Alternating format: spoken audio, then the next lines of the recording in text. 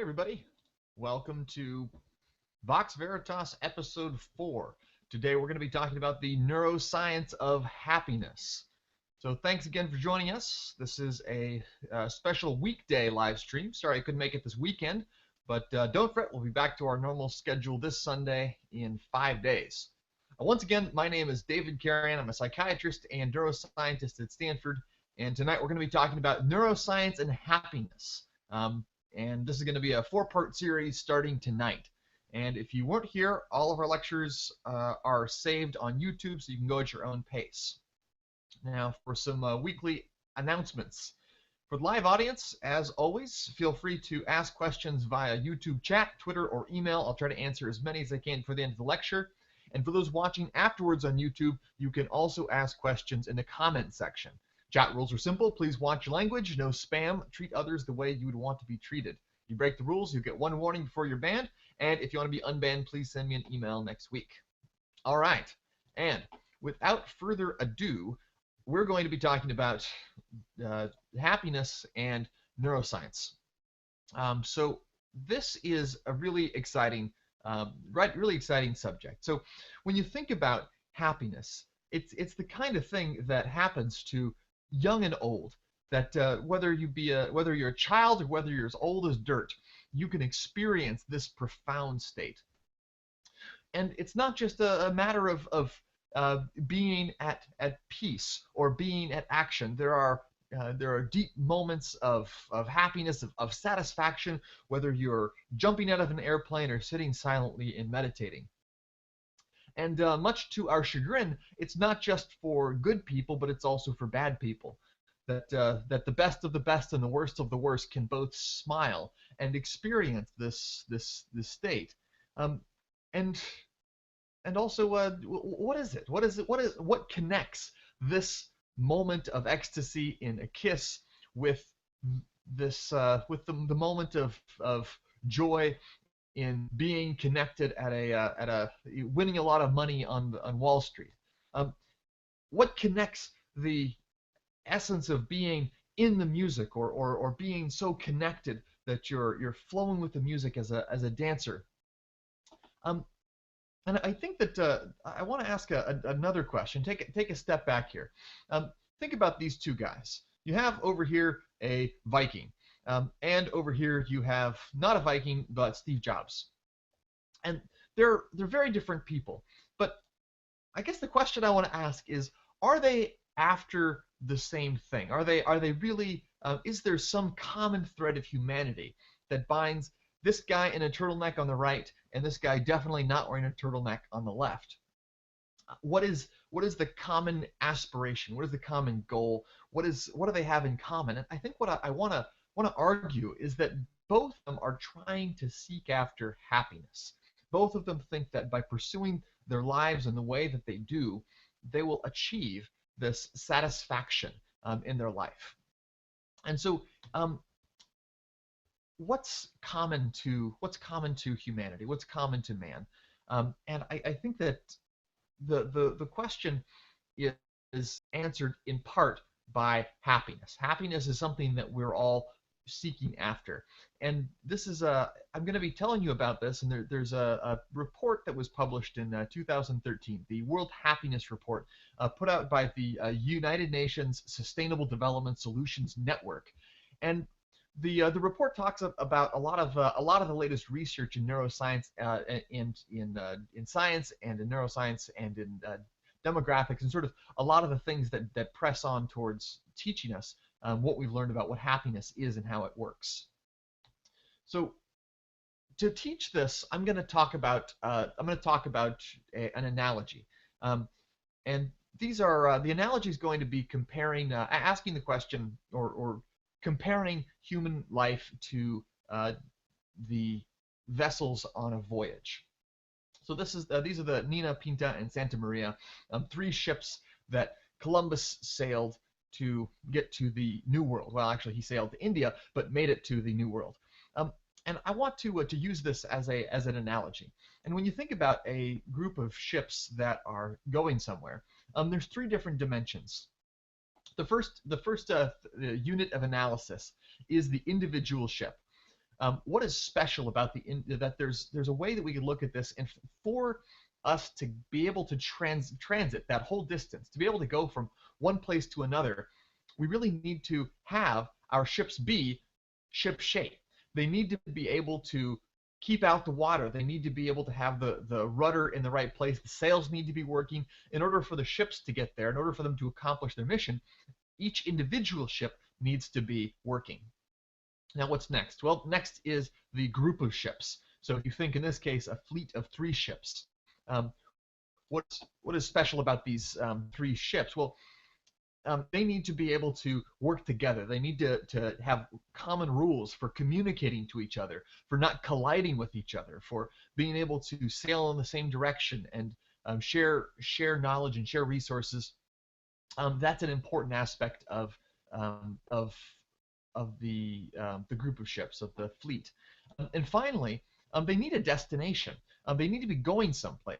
Now, of course, Columbus didn't think he was going here, but this is where he ended up. And this in part determines the success or failure of the voyage.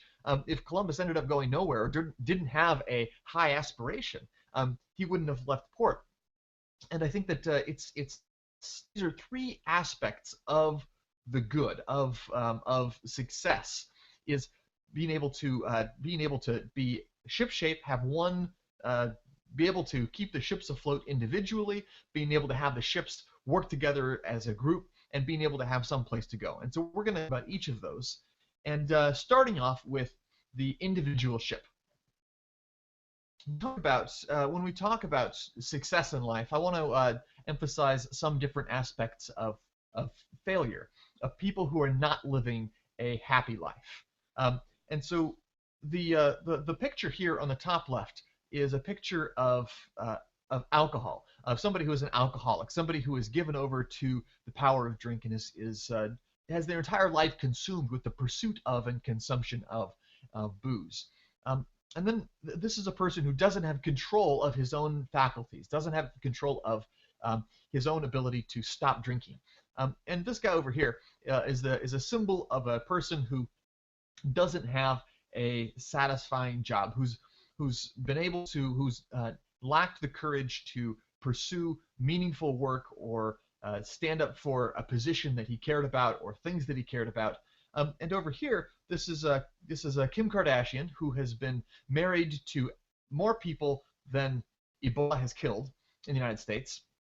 And this is a picture of someone who goes from relationship to relationship without stability. And I don't mean to pick on her. And I could have picked on almost anybody in Hollywood, but she is more recently having issues. So these are pictures of lack of happiness, lack of thriving in life. And so what we're going to talk about different pictures of happiness, and we see some people say that it's about romantic love, or maybe it's about fun, or maybe money, or maybe it's status or prestige, getting into a good school, or the things that go along on that path. But I'm going to say that I'm going to argue that these things are not the way to ultimate happiness and ultimate satisfaction. What I'm going to say, I'm going to argue that the way towards happiness is by virtue. And this is when we think about virtue, it's a word that's kind of difficult, and we don't use it very often, and it's got a lot of baggage. But I like this definition. What moves the Greek warrior to deeds of heroism is not a sense of duty as we understand it, duty towards others, but it's rather a duty towards himself. He strives after that which we translate virtue, but in Greek, arete, excellence. And so it's about this aspect of not trying to do this for the sake of others or for some sort of external factor, but for your own pursuit of excellence, because it's part of this good life, because it's part of this life of excellence and thriving. And so this is also echoed in the East. This is Confucius. Junzi does not have things that he invariably does or does not do, but rather is committed to yi. And this is another picture of another picture of the aspect of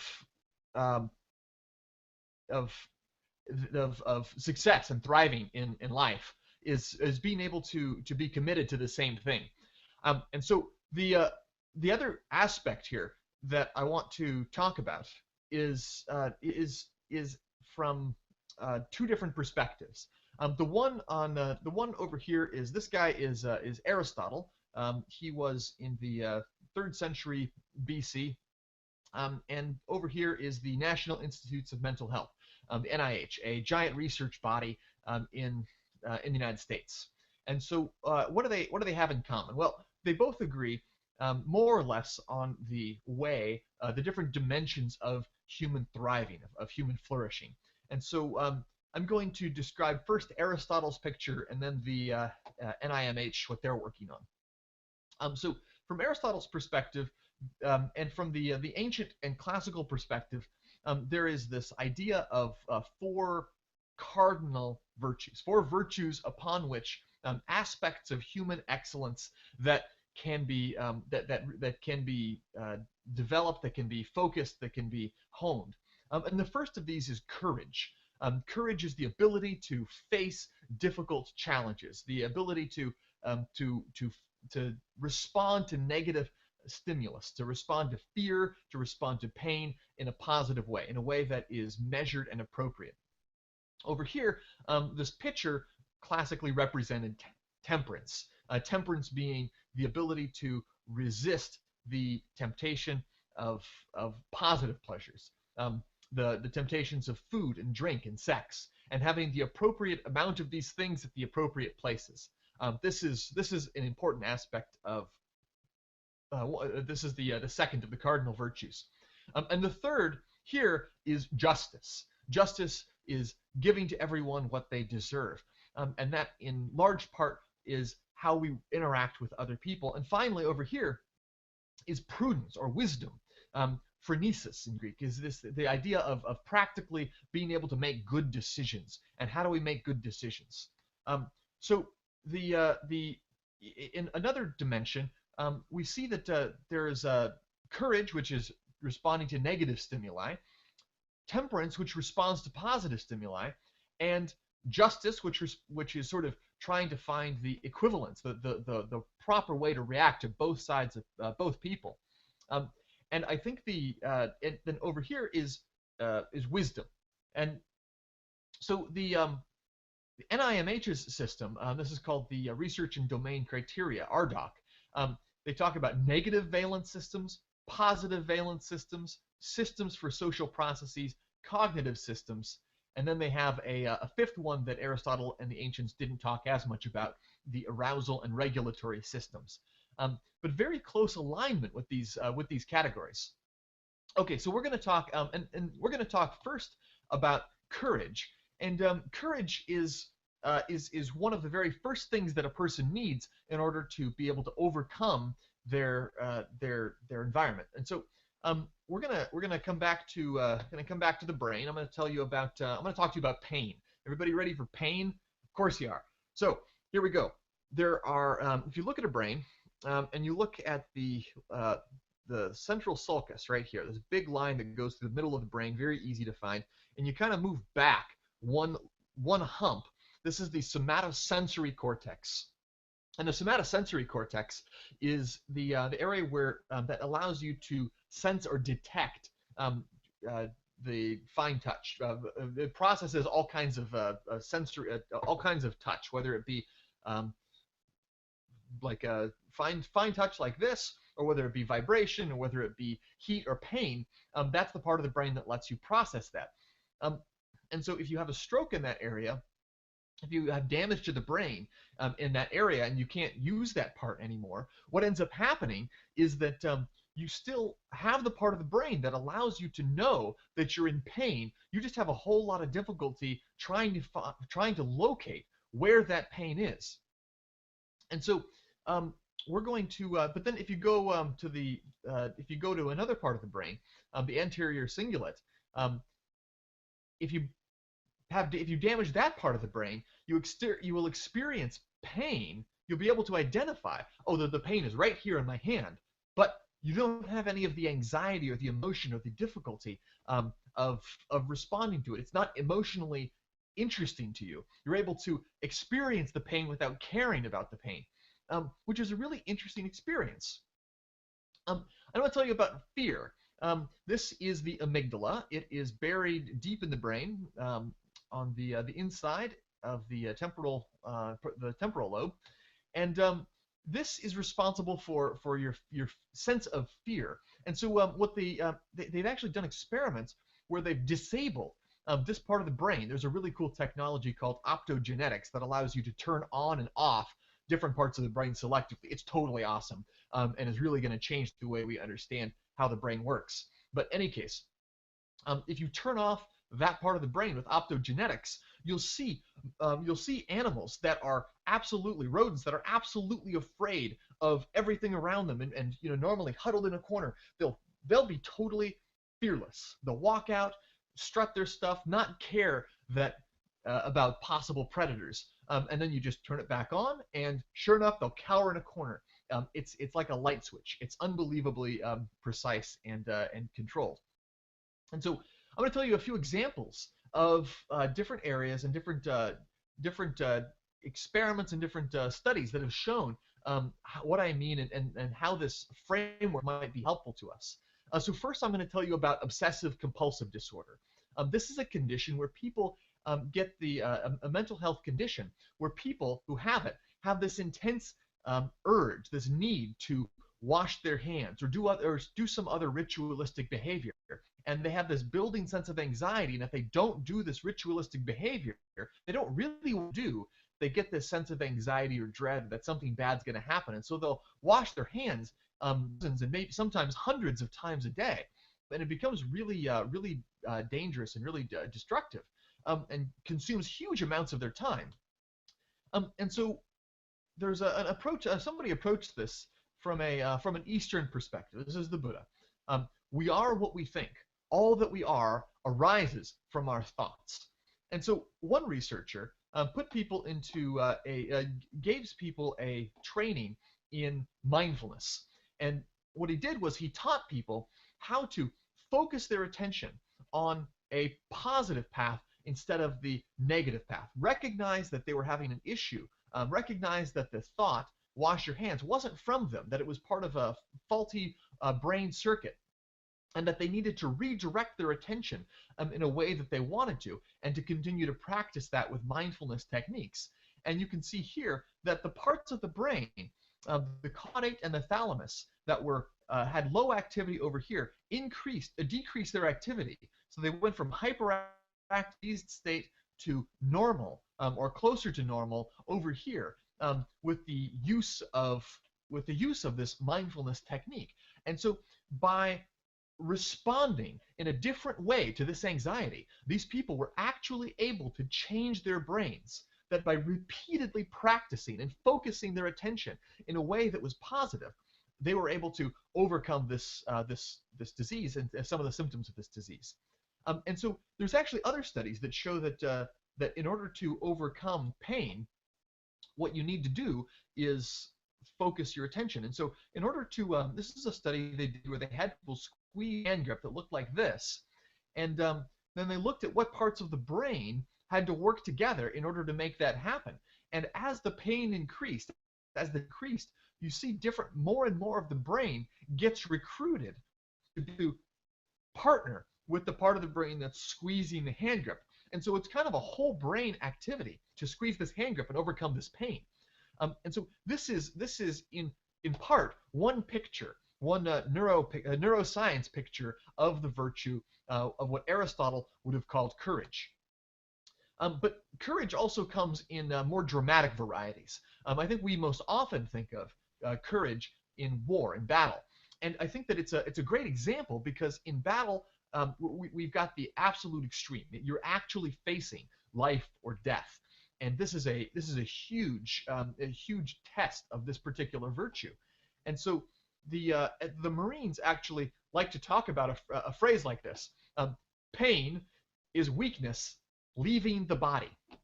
And so when you talk to Marines, they take pride in their rigorous training and the fact that they work very hard and take all the risks. But there's a virtue behind that. they see themselves as getting stronger through that process of pain. Um, and so this is also applied therapeutically in another context too. And I'll end with an example that's more practical. So this is a photograph of Stanford Mall. And so some people have social anxiety. This is another condition where people will have extreme fear in being in social situations. Sometimes even they're so afraid that they're not able to go out in public, and their universe constricts and constricts and constricts. But one of the treatments for this condition is something called exposure. And so what you have to do is you have to take the person and you have to encourage them, and sometimes you'll do this in various ways, but you encourage them to go out into a situation that scares them. You say, what's the scariest thing you could possibly imagine doing? And then, okay, let's do that. And sometimes it's just going out in public. And then once they're more and more comfortable with that, once they have the courage to face that, then you up the ante. Then you say, okay, we're not just going to go out in public. We're going to walk up to a random stranger and say hello. There's a therapist who I'm friends with locally who will go out to Stanford Mall and have people actually, like during the therapy session, stand up, walk out to Stanford Mall or to Palo Alto and greet people and say, hello, my name is so and so. And then this is a hugely helpful in overcoming this fear. And so this is the very one end of it. And on the opposite end of it, the opposite end of this virtue, we have Mr. Barack Obama, who has the exact opposite of social anxiety. He has to address crowds of millions and sometimes billions of people. The words that he says are going to be listened to and heard and hashed and rehashed by all variety of people, and he has to be confident and clear when he speaks. And so with this particular microcosm of speaking in public, there is it's a thing that you can almost everybody starts out being afraid of speaking in public, and as you practice, you get better and better and better and better at it, to the point when speaking in public isn't scary anymore. It's difficult, but it's exhilarating. And so I think this is an example of how this concept of the ancient concept of virtue and the modern concept of the research and domain criteria are aligned in an important way to be able to say that, look, by practicing these different things, you can get better at them. With exposure, with anxiety, you can actually get better at facing your fears. And so that concludes this episode's lecture portion. Let's move to questions. Okay, so the question number one: why did the ancient philosophers consider these four as the most important virtues, and were there others? That's an excellent question. I've actually done quite a bit of reading as to why it was that these four were the four. But part of the answer is that the reason they're called cardinal is that the Latin cardinal is supposed to suggest the hinges of a door, and so these are the ones that the virtues upon which all the other virtues depend. If you can't control yourself when it comes to fear, if you can't control yourself when it comes to pleasure, for example, you don't stand a chance at doing any of the others. These are sort of the beginnings of virtue, and a framework around which we can a foundation upon which we can build. And so, depending on who you talk to, there's a whole variety of other virtues, and there's a multitude of them. But it's a good question as to why these ended up coalescing as the most important. And so Plato was the first one to describe them as four. Aristotle described the four, but then went on to others. And then you also have the medieval world really appreciating these four virtues in particular, and then adding the three theological virtues, which are faith, hope, and love, in trying to synthesize Christianity with Greek philosophy. Question number two: are there similar cardinal virtues in the Eastern culture? Now, I think that I'm going to unfortunately have to defer the full answer to that question, being that I'm less familiar with Eastern virtues and Eastern cultures. That being said, I think that the concept of these basic virtues, my prediction is that these would be quite portable. That whether they're counted in these four categories or whether there's more, I think that the concepts are very common and very cross-cultural. They seem to have served the huge variety of cultures that were existed in the Western world, and that later became called Western Europe. But that included Celts and Germans and all variety of other tribes beyond just the Romans. Um, Question number 3: Isn't a little bit of fear a good thing? Do we always need courage? Well, that is a phenomenal question. A little bit of fear is a thing, and I think the question of what courage is and what all of these virtues are and we're going to talk more about this next week.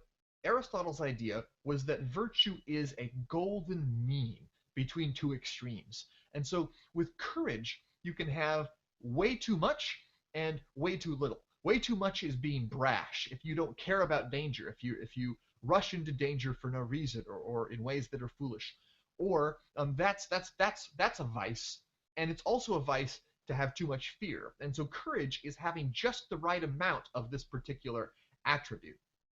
And again, I want to emphasize another time when we use. I think that the ancient concept, the medieval concept of virtue, is different than the way we use the term. There's a lot less, I guess, moral baggage when I use the term and when the ancients used the word.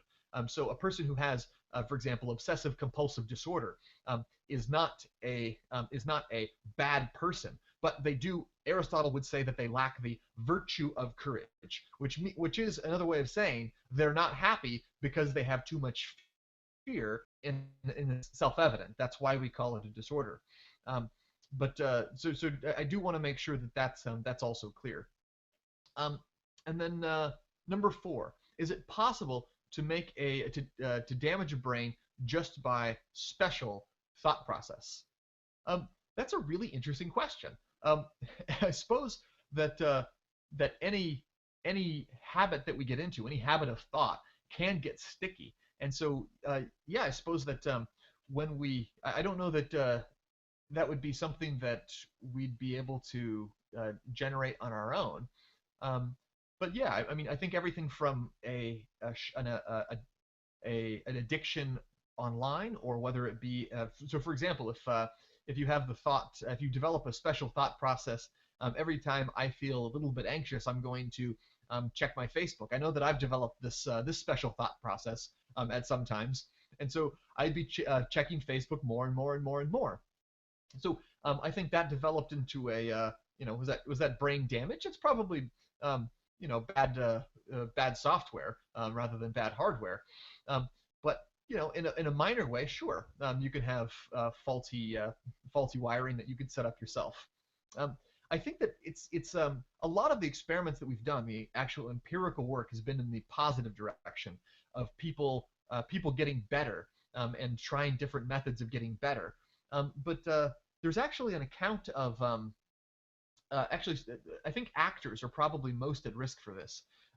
If you think about Leonardo DiCaprio, when he was doing the movie The Aviator, reportedly actually developed. He was the character he was playing, Howard Hughes, had obsessive compulsive disorder, and as he practiced being in the role of this man with obsessive compulsive disorder, he actually got some of the features of obsessive compulsive disorder and had to be treated after the fact to help him overcome this thing that he got in part by practicing this thought process as the character. And some people also would argue that Heath Ledger, similarly, in trying to act out a terrible villain of the Joker, also got into this state of mind that stuck with him, and ultimately resulted in his suicide. But that's much more speculative. So I think those, like always, guys, you guys have phenomenal questions, and I will close out and tell you that if you are interested in watching, please do keep watching and give us feedback. Feedback privately, feedback publicly, whatever you want. Once again, we are live every Sunday, except when we're not. Definitely this upcoming Sunday, 8:28 p.m., and that is in 5 days, December 21st, and we will continue with the Neuroscience and Happiness Part 2. Thanks again, and I will see you Sunday.